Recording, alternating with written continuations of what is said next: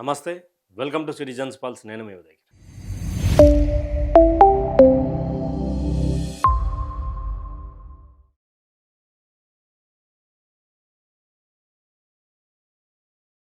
ఎట్టకేలకు మున్సిపల్ ఎన్నికలకు సంబంధించినటువంటి ప్రచారం అయితే ముగిసింది. జోరు మీద బీఆర్ఎస్, బీజేపీ, కాంగ్రెస్ పార్టీ అధికారం చేపట్టేది మేమే, మున్సిపల్ చైర్మన్లు మేమే అని చెప్పి కూడా బలంగా వినిపించినటువంటి మాట. ఇక ప్రచారం మొత్తంలో ఎక్కువ శాతంగా ఏం కనిపించిందంటే ముఖ్యమంత్రి గారు, అంటే చాలా వరకు ముఖ్యమంత్రులు మున్సిపల్ ఎన్నికలలో పెద్ద భాగంగా ప్రచారం చేయరు. అయినా కూడా ఈసారి ముఖ్యమంత్రి గారు ప్రచారం చేస్తూ ఏ విధంగా అంటే అధికారంలో లేనటువంటి పార్టీ బీఆర్ఎస్ కావచ్చు, బీజేపీ కావచ్చు, వీళ్ళను ఇష్టం వచ్చినట్టుగా నోటికి అదుపు లేకుండా నోటికి వచ్చినట్టు మాట్లాడినటువంటి తీరు ఈ మున్సిపల్ ఎన్నికల ప్రచారంలో చూసినాం.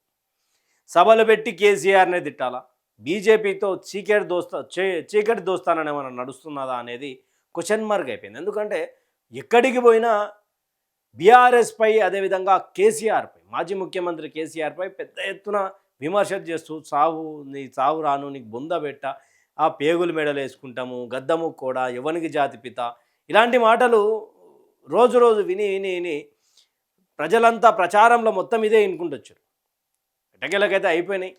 ఇక ఎల్లుండి ఎలక్షన్ జరగబోతా ఉన్నది.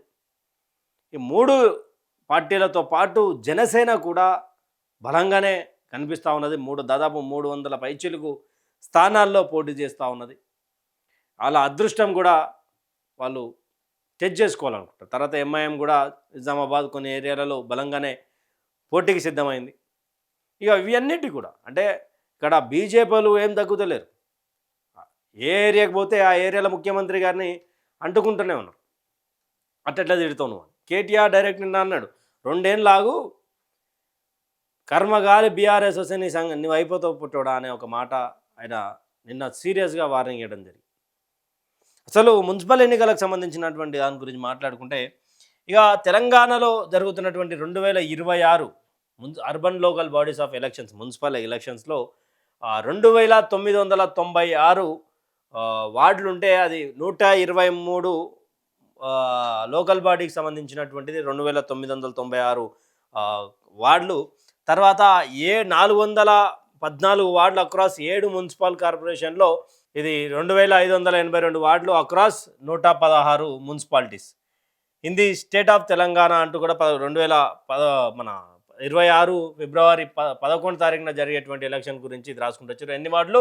2926 వార్డులు, 123 urban non local bodies urban local bodies సంబంధించినటువంటి ఎలక్షన్.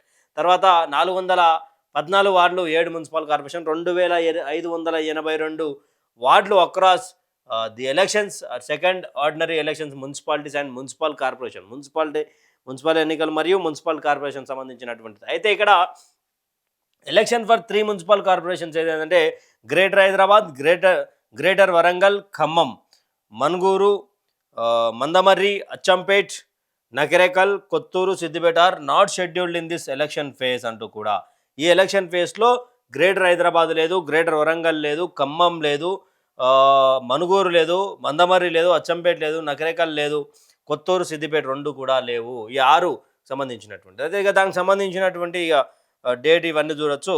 అయితే ఆదిలాబాద్కు సంబంధించినటువంటి మున్సిపాలిటీలు ఎన్ని ఉన్నాయంటే ఆ మున్సిపాలిటీ ఆదిలాబాద్ వచ్చేసి 49 వార్డులు, టోటల్ మున్సిపాలిటీస్ వచ్చేసి 1, 49 మున్సిపాలిటీ వార్డులల్లో total ULBs 1, total ULB wards అంటూ 49.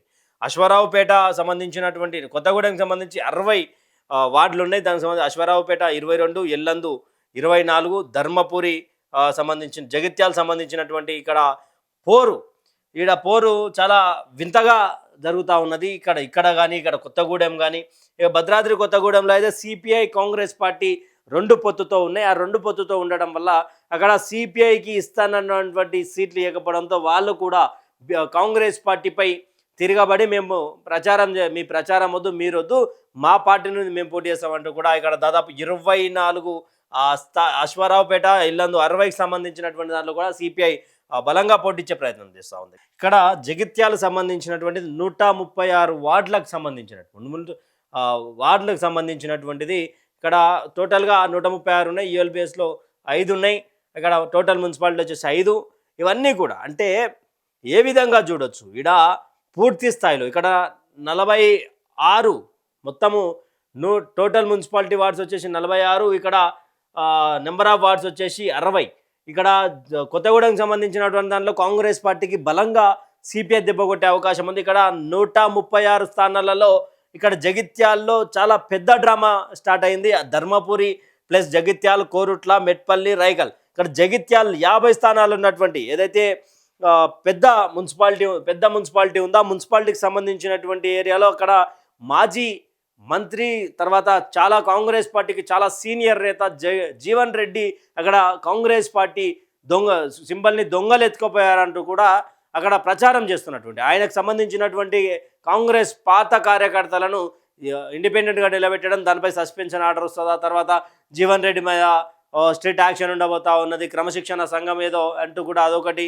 ఇవన్నీ కూడా అంటే జీవన్ రెడ్డి అక్కడ ఎంతో అంత 50 స్థానాల్లో ఎఫెక్ట్ చేసే అవకాశం ఉన్నది. ఇక్కడ కాంగ్రెస్ పార్టీకి ఈ యొక్క జగిత్యాలకు సంబంధించినటువంటి దాంట్లో కూడా దెబ్బ పడే అవకాశాలు క్లియర్గా కనిపిస్తుంది. జనగాం సంబంధించినటువంటి 48 స్థానాలకు కూడా బలంగా బీఆర్ఎస్ ప్లస్ బీజేపీ ఈ రెండే బలంగా కొట్లాడుతూ ఉన్నాయి. ఇక్కడ జనగాంలో కానీ గన్పూర్లో కానీ క్లియర్గా బీజేపీ నేతలు చాలా తక్కువ.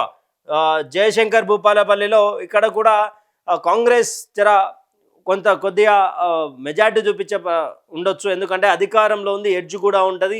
అక్కడ ఉన్నటువంటి ఎమ్మెల్యే కూడా కాంగ్రెస్ సంబంధించినటువంటి ఎమ్మెల్యేలు ఉన్నారు కాబట్టి అది జోగులాంబ గద్వాల్. ఇక్కడ అయితే అలంపూర్ 10, గద్వాల్ 37, ఐజా 20, వడ్డెపల్లి 10, మొత్తం 77 స్థానాలలో కాంగ్రెస్ పార్టీ ఇక్కడ గద్వాల్లో కూడా పూర్తి స్థాయిలో, జోగులాంబ గద్వాల్లో కూడా సరిత కాంగ్రెస్ పార్టీ అభ్యర్థి ప్లస్ ఇక్కడ బీఆర్ఎస్ పార్టీలో గెలిచినటువంటి బండ్ల కృష్ణమోహన్ రెడ్డి కాంగ్రెస్లోకి పోవడం, వీళ్ళిద్దరి మధ్య చీలికలు రావడం, ఇక్కడ కాంగ్రెస్ పార్టీ అయామయంలో ఉండడం, కార్యకర్తలందరూ ఎక్కడ పోవాలని ఇక్కడ కూడా బీజేపీ కొంత బలంగా ఉంది అని అనుకోవచ్చు.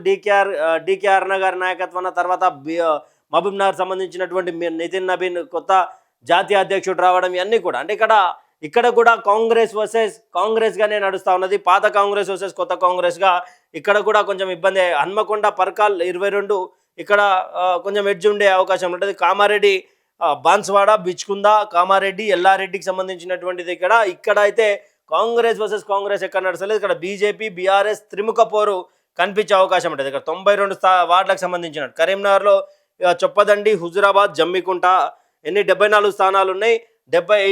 మొత్తం 140 స్థానాలు. ఇది 140 స్థానాలు కాబట్టి ఇక్కడ కూడా బీజేపీ బలంగా ఉన్నది. బండి సంజయ్ నాయకత్వాన ఈటల రాజేందర్ ఉన్నాడు. ఇదే కరీంనగర్ సంబంధించి ఇక్కడ బీజేపీ ఇక్కడ కూడా త్రిముఖ పోరు ఉంటుంది. కానీ కాంగ్రెస్కి ఎడ్జ్ చాలా తక్కువ.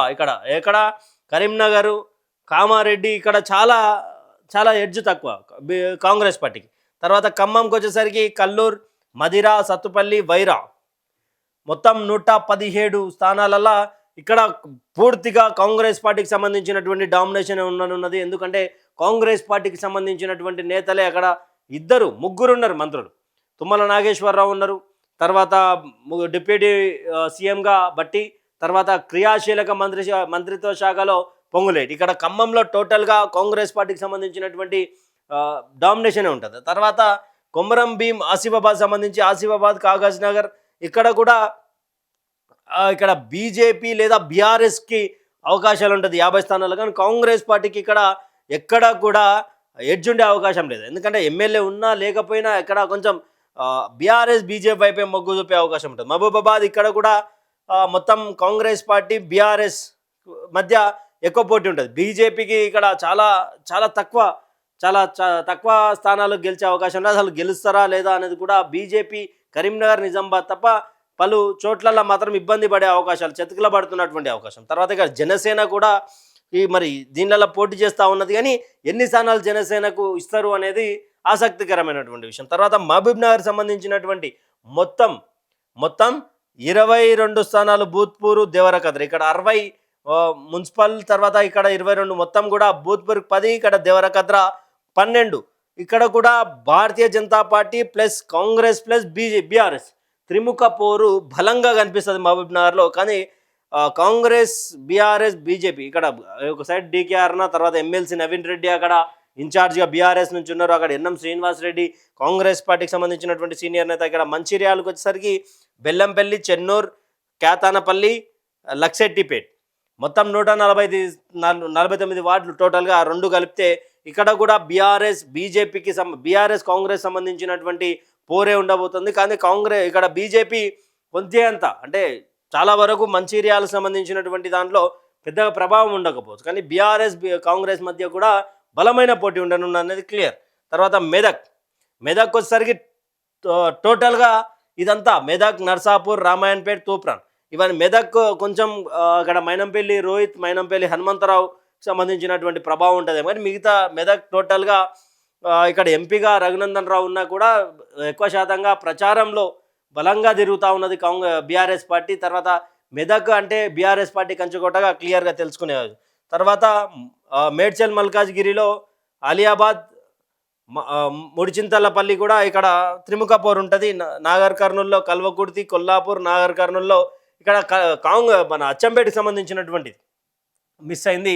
ఇక్కడ ముగ్గురు కూడా నాగర్ కర్నూల్, కొల్లాపూర్, కల్వకుర్తి ఈ ముగ్గురు కూడా కాంగ్రెస్ పార్టీకి సంబంధించినటువంటి ఎమ్మెల్యేలు ఉండడం. తర్వాత ఇక్కడ కల్వకుర్తిలో బలంగా బీఆర్ఎస్ కంటే బలంగా బీజేపీ ఉన్నది. అక్కడ తల్లోజు ఆచారి అక్కడ చాలా వరకు బీజేపీ లాస్ట్ టైం చైర్మన్ ఇక్కడ ఆమన్గల్కి సంబంధించినటువంటి మున్సిపాలిటీలో ఉన్నటి 19 వాళ్ళు కొట్టేసిరు. వాళ్ళు వన్ సైడ్ కొట్టేసిరు.